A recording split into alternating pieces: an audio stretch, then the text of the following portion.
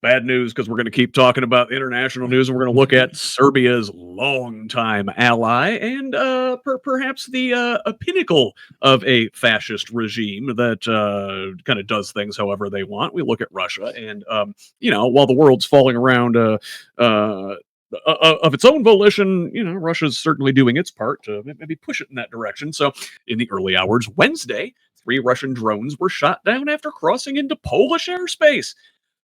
Polish officials previously said there were 19 intrusions of the country's airspace and that a large proportion of the drones entered from Belarus.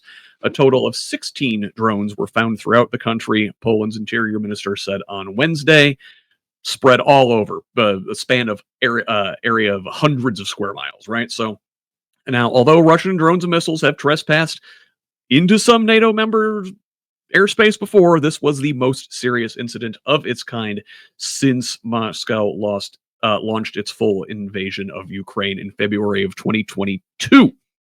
So, in response to this, on Friday, NATO launched Operation Eastern Sentry, sending a bunch of equipment to the Eastern Front, F-16 fighter jets and an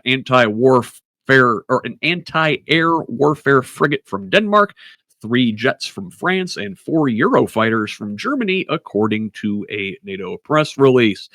Well, I guess that wasn't much of a impediment or a sign to slow down to the Russians, because just yesterday, Polish military said they had no more airspace violations, but farther south along the NATO eastern flank, a Russian drone violated Romanian airspace, according to a statement published by the Defense Ministry in Bucharest.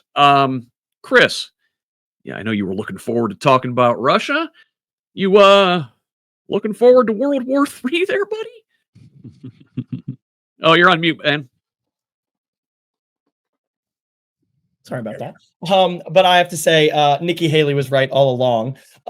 If you go back to the during the Republican primaries 2 years ago, obviously Russia, Ukraine was a huge deal. And she said, like, this is all about, like, having Ukraine's back, supporting Ukraine is all about preventing war, right? Russia, and she laid it out perfectly. Dictators love to tell you exactly what they're going to do. They're not going to try to hide behind. They're going to tell you exactly what they're going to do, right? Putin said once he takes Ukraine, Poland and the Baltics are next. Those are NATO countries. That's a world war, and we're seeing it happen already. So this has all been about, and what is needed to happen has been about preventing war. How do we support Ukraine, cripple Russia, and not allow them to continue to expand? Trump just put more sanctions onto Russia. He's encouraging all NATO allies to do the same. And I think the thing that we can really do as an international body is to truly put those sanctions on Russia and stop buying Russian oil. And we need to cripple their economy. We need to cripple the biggest funder of their military, which is their oil production. So if we get NATO countries to stop buying their Russian oil, cripple their economy, and as a result, I mean, they're losing hundreds of thousands of soldiers at a time. They have North Koreans coming in to backfill, right? So they're not actively winning this war, but they're putting on the facade like they are.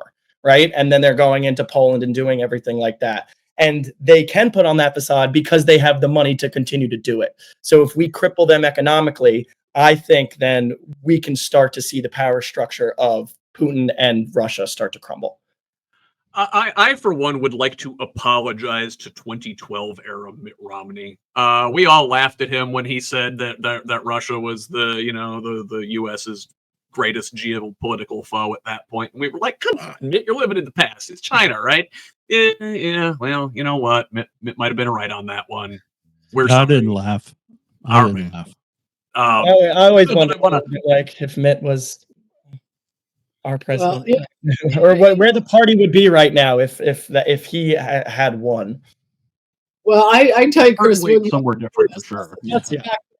I think that I mean, how do you know when Putin's lying? He opens his mouth, right? I mean, he just lies with impunity. He doesn't care. he is interested in making himself even richer, even though he's supposedly the richest person in the world. In fact, not openly, but in fact. But I think that the reason that he's pushing, which is what he's doing, he's pushing to see what he can get by with and how far he can go, because I think that we have been very weak here by trying to, show that, well, we'll coddle him a little bit and see if that works. That doesn't work with a dictator. You have to hit the dog upside the head with a stick to get its attention. You don't give it a milk bone when it bites you. And we have shown weakness, and he is pushing it to see how far he can get. I am glad that Europe is coming back, and I agree with Chris 100%. We have to lay on him and lay on him hard.